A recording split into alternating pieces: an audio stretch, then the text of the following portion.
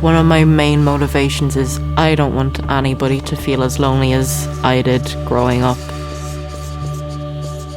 I want them to feel represented. It's life-changing being able to go onto the internet and see somebody oh, this person, they're autistic, that's cool. This other person, they're queer, that's cool, but it's the two of them together. There's a big lack of representation there, and I'm very, very aware of that, and it's just, I don't want people to hate themselves as much as I did growing up.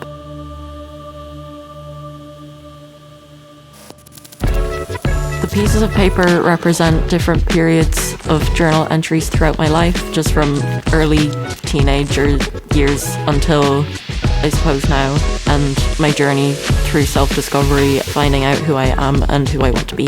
I spent a lot of time in my room researching different sexualities, different labels, because I wanted to find something that fit me.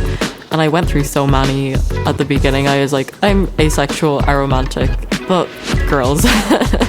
So then I was I'm asexual, homoromantic, and then I was that doesn't fit either. So I went through a whole load of different labels until I was I'm a lesbian. And that was in my teenage years.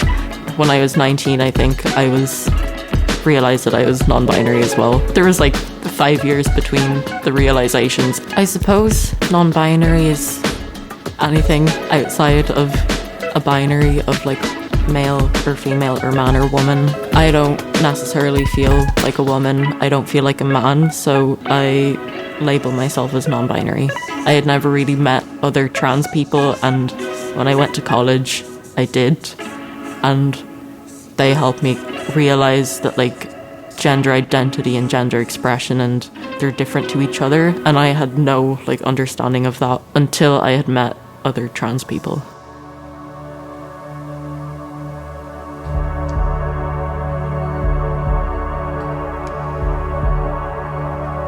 I was going through a lot of mental health struggles. I started developing anxiety when I was about 14, and depression shortly after that.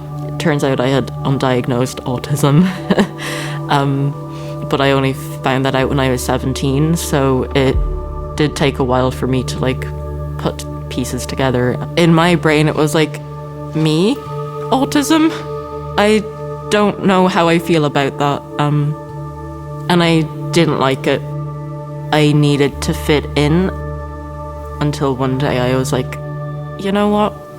I can learn to love myself for this. And I remember describing it as coming out 2.0, because I had to go to all of these teachers, friends, family, and let them know, hey, this is a big part of me, and it's a really scary part of me because I know what the stigma is when it comes to autism and being autistic. And then I think on top of that, it was being queer as well.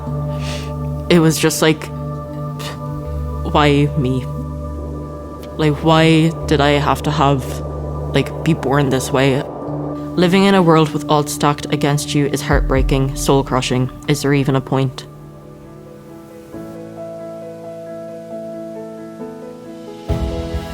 My journey to acceptance took a lot of time. I had to come to terms with it myself at first before I even thought about sharing it with people. Realizing and exploring and discovering who I was and being okay with it. And after that, I think I told the internet. Before I told anybody in my life, I told the internet. I was hey, I'm gay. And then I came out to friends, and then I came out to family. Things do get better. I am still here. I am standing, and I am so much happier with the person that I am and the person that I will continue to become. Life is worth it. There are people that you will meet, there are friends that you will make, there are experiences that you will have where you can embrace who you are and where the people around you can embrace who you are. And it is so important, and it is so validating, and it is so valuable to just know that you are loved for being you.